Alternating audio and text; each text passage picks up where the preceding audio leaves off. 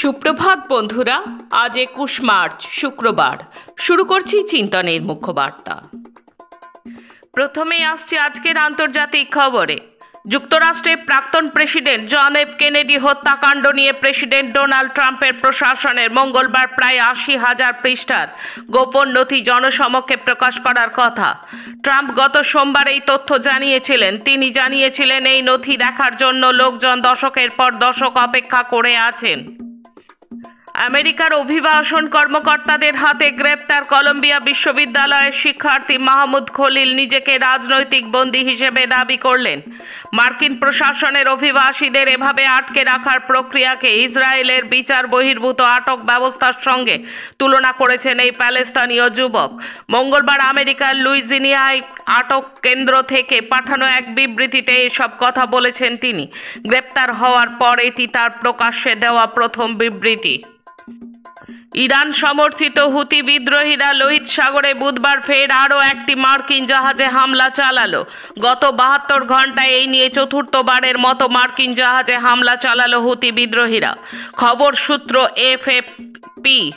হুতি সংগঠনের সামরিক মুখপাত্র বলেছেন, এই অভিযানে মার্কিন বিমানবাহী রণতরী ইউএসএস হ্যারি ট্রুম্যান এবং বেশ কয়েকটি শত্রু যুদ্ধ জাহাজকে লক্ষ্য করে ক্রুজ ক্ষেপণাস্ত্র এবং ড্রোন হামলা চালানো হয়েছে।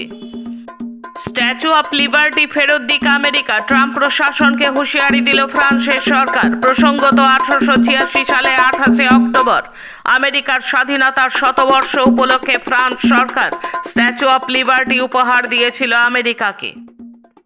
নিয়োগ পাওয়া ফেডারেল সরকারের প্রায় ২৫,০০০ কর্মীকে বরখাস্ত করার কথা প্রথমবারের মতো স্বীকার করে নিয়েছে আমেরিকার প্রশাসন। সেই সঙ্গে কর্মীদের চাকরিচ্যুত করাটা অবৈধ বলে রায় দিয়েছিলেন একজন মার্কিন বিচারক। বিচারকের এই আদেশের পর ফেডারেল সংস্থাগুলো তাদের সবাইকে চাকরিতে ফেরত আনার কাজ শুরু করেছে বলে জানিয়েছে প্রশাসন। আদালতে ট্রাম্প প্রশাসনের দাখিল করা নথিপত্রে এই কথা উল্লেখ করেছে সরকার পক্ষের আইনজীবী। আরও ২৫ ভারতীয়র মৃত্যুদণ্ডের আদেশ দিল সংযুক্ত আরব আমিরশাহী। সংযুক্ত আরব আমিরশাহীতে গত মাসেই ৩ ভারতীয়র ফাঁসি হয়েছে। এবার কেন্দ্র সরকার জানালো সে দেশে আরও ২৫ জন ভারতীয়কে মৃত্যুদণ্ড দেওয়া হয়েছে, তবে তাদের ফাঁসি কার্যকর হওয়া এখনও বাকি আছে। এখন দেশের খবর। রাজস্থানের কোটার বেসরকারি কোচিং সেন্টারগুলো নিয়ন্ত্রণে আনতে বিধানসভায় বিল পেশ করল রাজস্থান সরকার। কোটায় পড়ুয়াদের অস্বাভাবিক মৃত্যুকে কেন্দ্র করে একাধিকবার প্রশ্ন উঠেছে। নিট সহ বিভিন্ন সর্বভারতীয় পরীক্ষার প্রস্তুতির জন্য ওইসব কোচিং সেন্টারে পড়ুয়ারা ভর্তি হন। বিপুল টাকার বিনিময়ে তাদের সেখানে ভর্তি করেন পরিবারের সদস্যরা। বিলে বলা হয়েছে সরকার ১২ সদস্যের কমিটি গড়বে। বিভিন্ন কোচিং সেন্টার পরিচালনার ওপর নজরদারি করবে এই কমিটি। রাজ্য স্তরের পাশাপাশি জেলা স্তরেও এমন কমিটি গঠন করা হবে। কোচিংয়ের বিভিন্ন দিকের দেখাশোনার পাশাপাশি পড়ুয়াদের ওপর থেকে মানসিক চাপ কিভাবে কমানো যায় সেই দিকও খতিয়ে দেখবে কমিটি। ছত্তিশগড়ে বিজাপুর এবং কাঙ্কেরে কেন্দ্রীয় বাহিনীর ২টি পৃথক অভিযানে নিহত হলেন ২২ জন মাওবাদী। পুলিশ সূত্রে খবর, এদিন সকালে বিজাপুর দান্তেওয়াড়া সীমান্তবর্তী জঙ্গলে দুই পক্ষের মধ্যে গুলির লড়াই শুরু হয়। সেই লড়াইয়ে মাওবাদীদের ১৮ জন নিহত হন। একজন পুলিশ আধিকারিকও নিহত হয়েছেন বলে জানা গিয়েছে। পুলিশ সূত্রে আরও জানানো হয়েছে, এদিন ১৭ জন মাওবাদী তাদের কাছে আত্মসমর্পণ করেছে। জম্মু ও কাশ্মীরের তুলসীবাগের সরকারি কোয়ার্টার থেকে বৃহস্পতিবার উদ্ধার হলো বিজেপি নেতা তথা প্রাক্তন বিধায়কের দেহ। পুলিশের প্রাথমিক অনুমান, নিজেকে গুলি করে আত্মঘাতী হয়েছেন ফকির মোহাম্মদ খান। গুরেজের প্রাক্তন নির্দল বিধায়ক ফকির মোহাম্মদ ২০২০-তে বিজেপিতে যোগ দেন। কী কারণে তিনি আত্মঘাতী হলেন তা নিয়ে দ্বন্দ্ব রয়েছে। ঘটনাস্থল থেকে কোনো সুইসাইড নোট মেলেনি বলে সূত্রের খবর। কেন্দ্রীয় সরকারের বিরুদ্ধে এবার আদালতের দ্বারস্থ হল ইলন মাস্কের মালিকানাধীন সমাজ মাধ্যম সংস্থা এক্স। কেন্দ্রের বিরুদ্ধে কর্ণাটক হাইকোর্টে মামলা করেছে তারা। দেশের তথ্য প্রযুক্তি আইনের একটি নির্দিষ্ট ধারাকে কেন্দ্র করে যেভাবে ব্যাখ্যা করেছে তা নিয়ে আপত্তি রয়েছে মাস্কের সংস্থার। এক্সের দাবি, এর মাধ্যমে অনলাইনে বিষয়বস্তুর ওপর অবৈধভাবে নিয়ন্ত্রণ এবং একতরফা কাটছাঁটের চেষ্টা করা হচ্ছে। তাদের বক্তব্য, এটি সুপ্রিম কোর্টের পূর্ববর্তী একটি রায়ের পরিপন্থী। এর মাধ্যমে অনলাইনে স্বাধীনভাবে মত প্রকাশের অধিকারকে খর্ব করা হচ্ছে বলে অভিযোগ মাস্কের সংস্থার। বৃহস্পতিবারও দিনভর বন্ধ রইল স্কুল কলেজ। চতুর্থ দিনেও অশান্ত মণিপুর। মঙ্গলবার রাত থেকে চূড়াচাঁদপুরে মার ও জমি জনজাতির মধ্যে সংঘর্ষ শুরু হয়। ছোড়া হয় পাথর, ভাঙচুর চালানো হয় বহু যানবাহনেও। কোথাও কোথাও গোলাগুলিও চলে। এসবের মাঝেই জমিদের গুলিতে লালরপুই পাখোয়াংথে নামে 51 বছরের এক মার প্রৌঢ় নিহত হন। আশঙ্কাজনক অবস্থায় হাসপাতালে নিয়ে যাওয়া হলে সেখানে চিকিৎসাধীন অবস্থায় মৃত্যু হয় তার। পাশাপাশি ওই ঘটনায় দুই গোষ্ঠী মিলিয়ে বেশ কয়েকজন আহতও হন বলে পুলিশ সূত্রে খবর। এর প্রতিবাদে বুধবার নতুন করে বন্ধ ডাকেন মারেরা। বন্ধ সফল করতে জেলার বিভিন্ন প্রান্তে শুরু হয় উত্তেজনা। বন্ধ করে দেওয়া হয় স্কুল কলেজ। এখন রাজ্যের খবর। আরজিকর আন্দোলনের অন্যতম মুখ চিকিৎসক সুবর্ণ গোস্বামীকে বদলি করা হলো দার্জিলিংয়ে।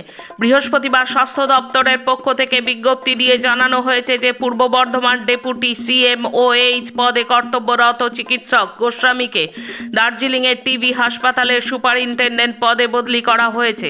তার জায়গায় পূর্ব বর্ধমানে নতুন CMOH হচ্ছেন চিকিৎসক সুনেত্রা মজুমদার। চিকিৎসক সুবর্ণ গোস্বামীর প্রতিহিংসামূলক বদলির প্রতিবাদে জয়েন্ট প্ল্যাটফর্ম অফ ডক্টরস বৃহস্পতিবার বিকাল 4:30 নাগাদ স্বাস্থ্য ভবন অভিযানের ডাক দিয়েছিল। রাজবংশী ভাষা একাডেমির চেয়ারম্যানের পদ থেকে সরিয়ে দেওয়া হলো গ্রেটার নেতা বংশীবদন বর্মনকে। তার জায়গায় নতুন চেয়ারম্যান করা হয়েছে বিজেপি সাংসদ নগেন রায়ের ঘনিষ্ঠ হরিহর দাসকে।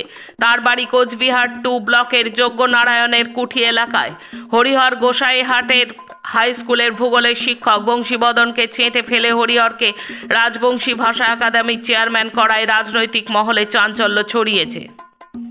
উচ্ছেদের আশঙ্কা। লর্ডস বেকারিতে রাত পাহারা হকারদের। লর্ডস বেকারির বাজার ও সংলগ্ন হকারদের দীর্ঘদিন ধরে উচ্ছেদের চেষ্টা চালাচ্ছে স্থানীয় প্রশাসন। দক্ষিণ কলকাতার আনোয়ার শাহ রোডের এই হকারদের ট্রেড লাইসেন্স আছে। কলকাতা কর্পোরেশনের হকার তালিকাতেও নাম আছে এই হকারদের। কিন্তু তারপরেও কেন উচ্ছেদ করার চেষ্টা চালানো হচ্ছে প্রশ্ন তুলছেন কলকাতা স্ট্রিট হকার্স ইউনিয়নের নেতৃবৃন্দ। শিব মন্দিরে দাস সম্প্রদায়ের লোকেদের ঢুকতে না দেওয়ার অভিযোগে সম্প্রতি শোরগোল পড়েছিল পূর্ব বর্ধমানের কাটোয়ার গীত গ্রামে। কয়েকদিনে চাপানুতরের পর তার মীমাংসা হয়েছে। মন্দিরের গর্ভগৃহে প্রবেশ করে পুজো দিয়েছেন দাস সম্প্রদায়ের 5 জন। এবার মীমাংসা হলো নদিয়ার বৈরামপুরের শিব মন্দিরেও। কলকাতা হাইকোর্টের ভৎসনার পর অবশেষে সেই মন্দিরেও পূজা দিলেন তপশিলীরা। বৃহস্পতিবার পুলিশি প্রহরায় মন্দিরে প্রবেশ করে পূজা দেন তপশিলী জাতিভুক্ত রজক বা ধোপা সম্প্রদায়ের লোকেরা। খেলার খবর। ভারত 1975 সালে তার প্রথম হকি বিশ্বকাপ জিতেছিল এবং কৃতিত্বের সুবর্ণ জয়ন্তী স্মরণে মঙ্গলবার ঐতিহাসিক বিজয় সম্পর্কে একটি বই প্রকাশ করা হয়েছে। মার্চ অফ গ্লোরি বইটি লিখেছেন হকি ইতিহাসবিদ এবং NGO 1000 হকি লেগস কে অরুমুগাম এবং সাংবাদিক এরল ডিক্রুজ। কুয়ালালামপুরে ভারতের জয়ের চারপাশের ঘটনা তুলে ধরেছেন তারা। বক্সিংয়ে লস অ্যাঞ্জেলস 2028 অলিম্পিক গেমসের ক্রীড়া তালিকায় অন্তর্ভুক্ত করার সিদ্ধান্ত নেওয়া হয়েছে।